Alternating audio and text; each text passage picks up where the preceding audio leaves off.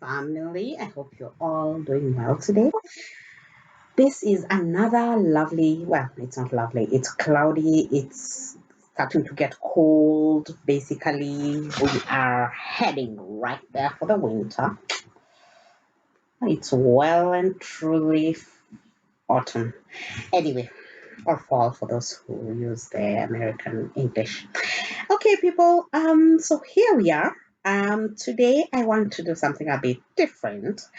This is going to be the first in a number of series of videos that I'm going to do about some programs that I used to watch. Some series which are finished. I seriously, I spend way too much time watching telly. I don't even, well, now I don't because I kind of have my hands full, but I do spend, like, that's my downtime. I'm not one of those people who will survive without TV. So I'm going to talk about a few of the videos that I watched when I was in my 20s and 30s, and I'm looking at them now from my 40-year-old lenses. This came about because I remember my mom reminded me actually of a time when I was turning 10. It was my birthday. I was turning 10, and my uncle was turning 20. And I made such a big deal of how old he was because to me, my God, already I was double digits. So I was so excited about being double digits. But then it had just hit me. This guy is turning 20 and he's not married with children. Yeah, well, okay. Someone should have told me 20 is still very, very young. I don't know. Things always look way much. I mean, right now I'm looking at 60-year-olds and I'm thinking, yeah, I mean, by the time I'm 60, I will have achieved. And then 60 arrives and you're like, ooh, okay, that did not go the way I planned. Anyway, so here we are discussing about basically what some of the programs that I watched. Now, that was a very long introduction. I'm sorry about that. But first one is going to be Sex and the City, for the simple reason that Sex and the City is, as you know, coming back to the screens. This time it's coming back as Sex and the City 3. So let's start talking about that one.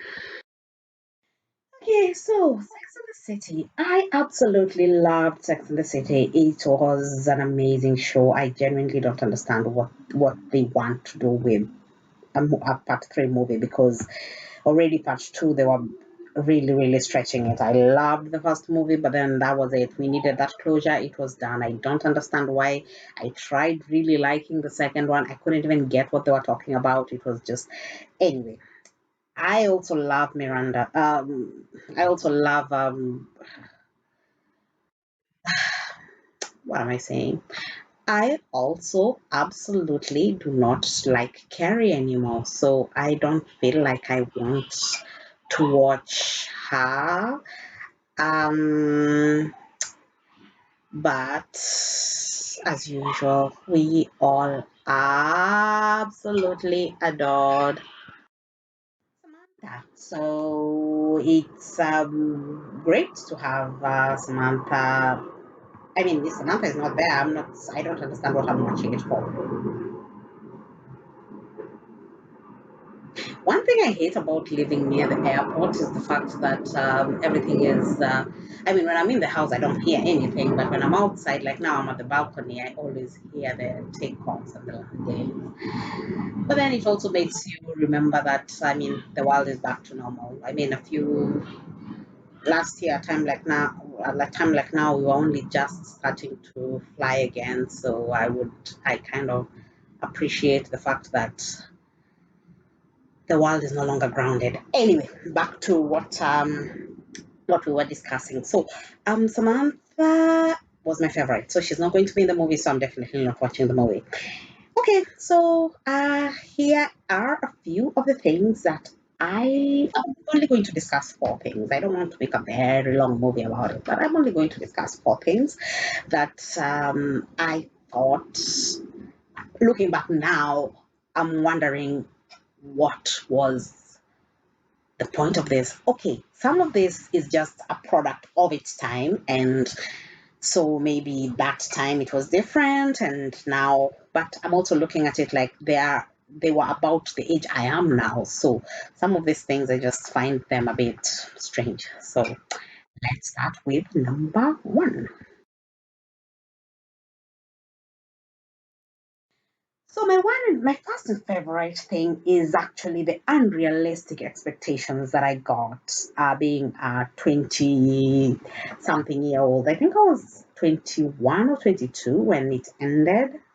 Probably 21, 22 around there, when the last episode ended. And of course, um, I was just finishing college, and thinking about how I'm going to be successful, I'm going to work hard, I'm going to have all this. And I kind of thought that it is actually possible to have that, that it's actually that easy to have. I know it sounds very, very stupid. It's like living a soap opera life and expecting your love life to be like that. I should have learned.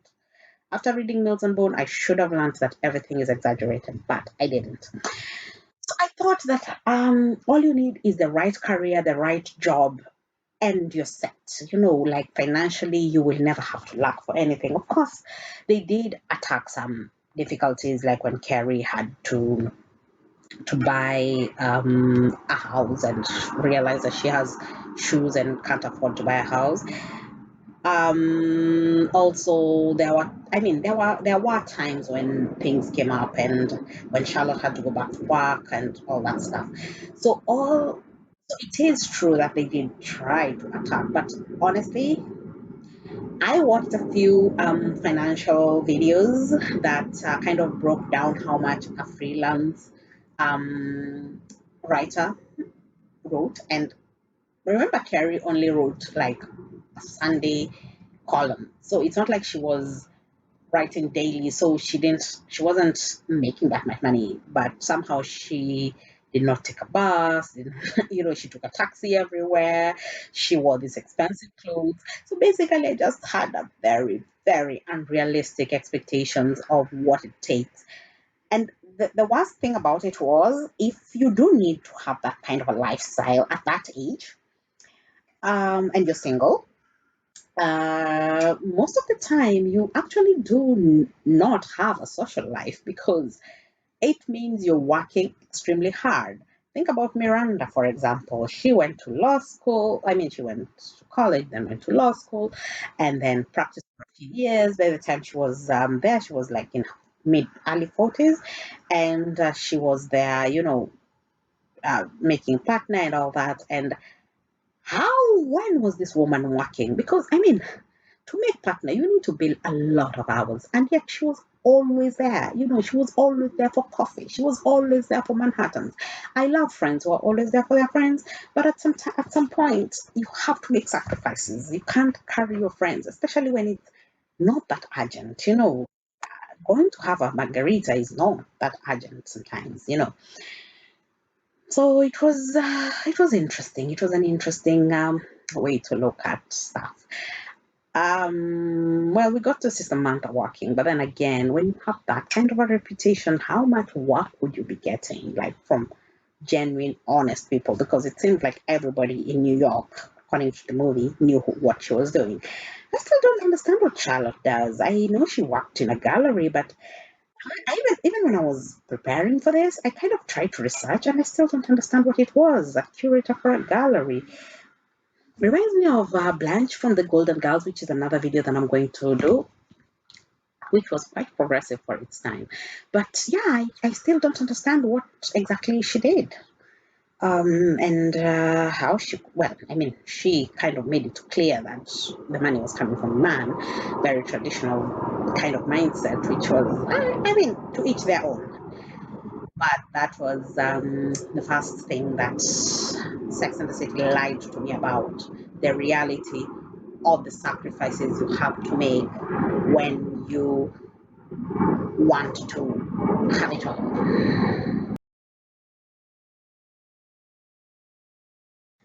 Now, this is something that I don't even know how to frame it, but well, let's get there. It's right there in the name, Sex and the City. Okay, I'm okay with sex. I'm okay with discussing with my friends about sex. I mean, we sit and we talk in details, but somehow these women, every single, and I remember Charlotte commenting about it at some point when she was like, is this all we talk about? We talk about men and men and men and men and men and men and men.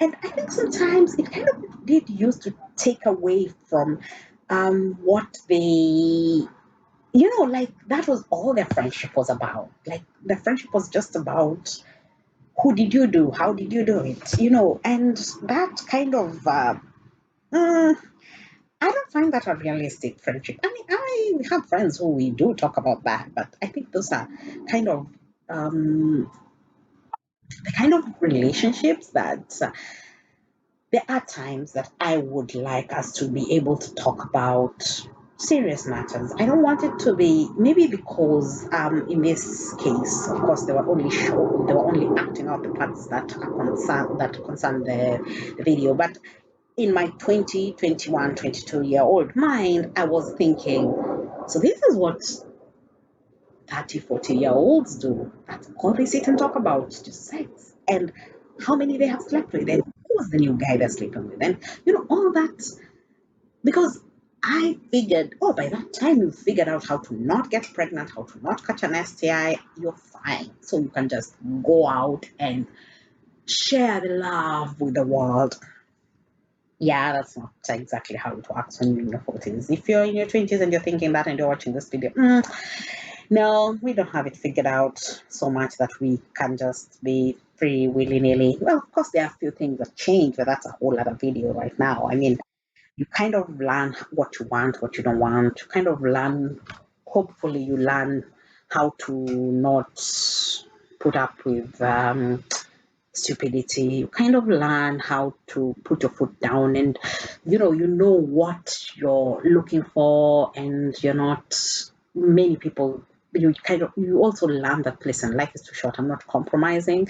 If you're not fulfilling me, go away. I'm not, so that's part of the reason, which also is part of the reason why people who are not married by the time they're 5 tend to have a very difficult time getting married, because then you already know what you want, you already know who you are, and finding a man who accepts you for who you are at that age with all your um, pluses and minuses is kind of hard. And also, he really needs to be a man who's sure of himself, so that he doesn't feel threatened by your successes, things like that. So that's is a video for another time, because I'm going to do a whole series about relationships, marriages, and those kinds of things. So that's totally the idea that all that women sit and talk about when they're besties is sex. No, that was misleading to me.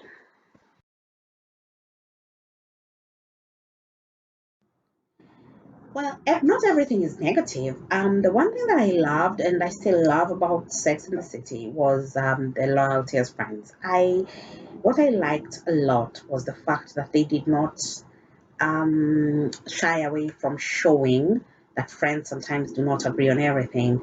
What comes to mind is when Miranda was pregnant and contemplating abortion, and Carrie was there saying how many she's had, Samantha was there saying how many she's had, and poor Charlotte was having difficulties conceiving, and she just, she was allowed to be, she allowed herself to just hate Miranda for the fact that Miranda was contemplating killing this child who she was working so hard to have.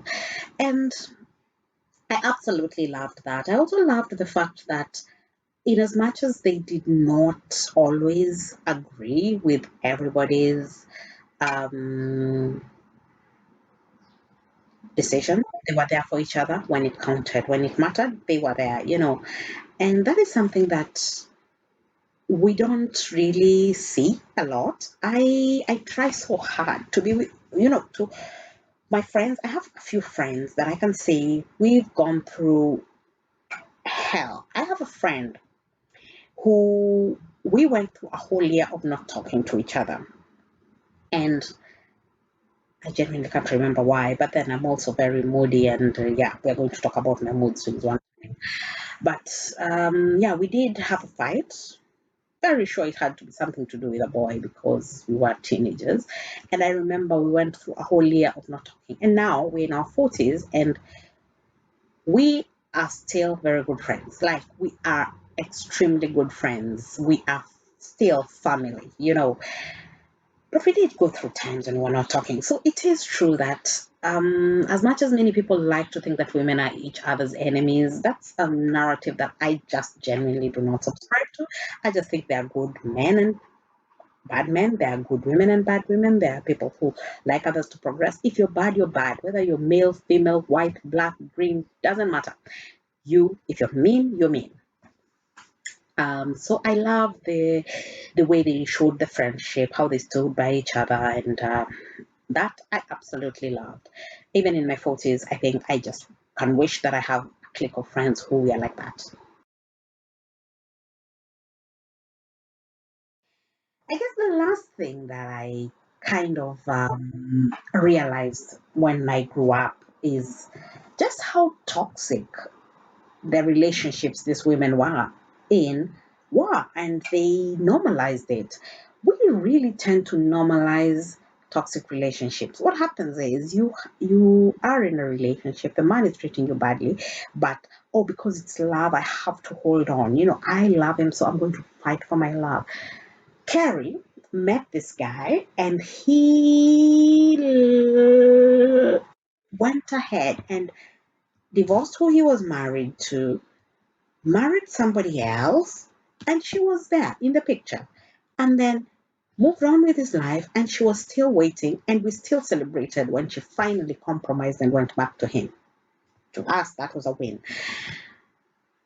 Miranda, on the other hand, was this amazingly successful woman who finally decided to get married and marries a guy who she clearly thinks is beneath her, and she clearly feels like she is compromising, but only marries him because now we have a child and you're here all the time, and well, the sex is good, so why not? And then, like in the movie, there's the fact that, okay, he had an affair and stuff like that. And you don't even look at it from his point of view. She has been demeaning this man the entire relationship. It's always been, I have made a compromise. You are not good enough. I'm a lawyer. You're a bartender. What are you adding to this relationship? And we totally normalized that. We normalized the fact that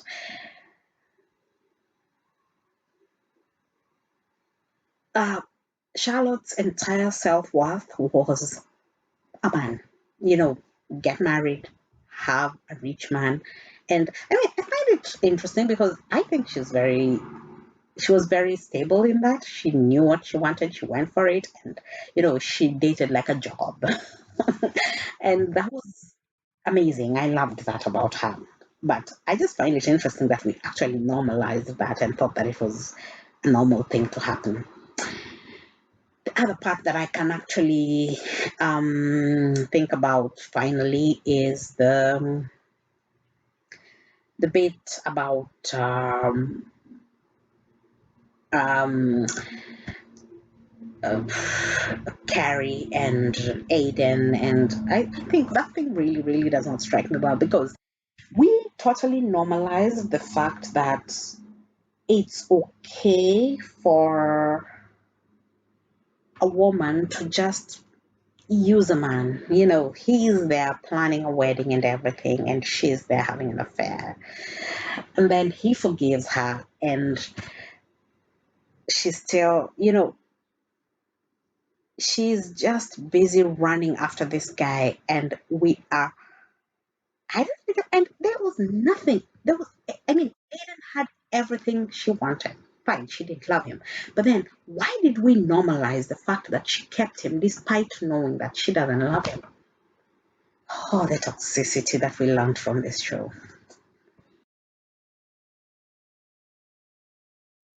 Anyway, so that's a bit of what I'm looking at now, from the perspective from the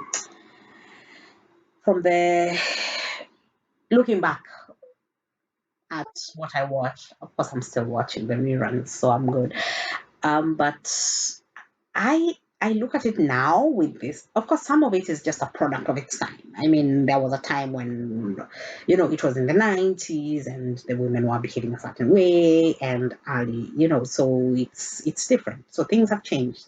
But I just find it interesting that I wonder people who were in that age bracket at that time, like in their 40s, in because the funny thing is, I looked at the statistics and it shows that the show was actually watched mostly by women in their 20s. Women in their 30s and 40s probably figured, yeah, life's not like this. Nah.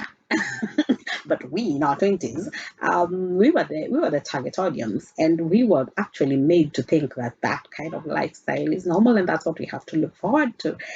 Well, I mean, the good thing is it kind of helped because it made us feel like we had to look forward to. So, well, that's all I can say. Life was great back then when it was great. All right, people. What you can subscribe, please do, because I will.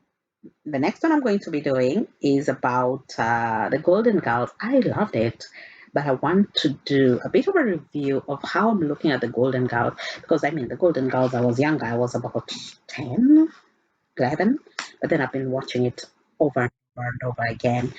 And of course, some of the jokes I'm getting them now, not what I didn't get them when I was 10. I actually did not have an idea what homosexual was when I was 10. And then I just remember when that particular episode aired, it was crazy. But anyway, so that will be an interesting one to do. So let me go watch a few episodes and then I'll record it and then we'll see when I'll post it. Okay, people. Don't forget to subscribe. We are getting there. We're going slowly, but we're getting there. I know the channel feels like it's all over the place, but guess what? That's how Mercy's brain works. I have everything all over the place, and you're just taking a small trip into my 40-year-old brain. Love you all. Bye bye.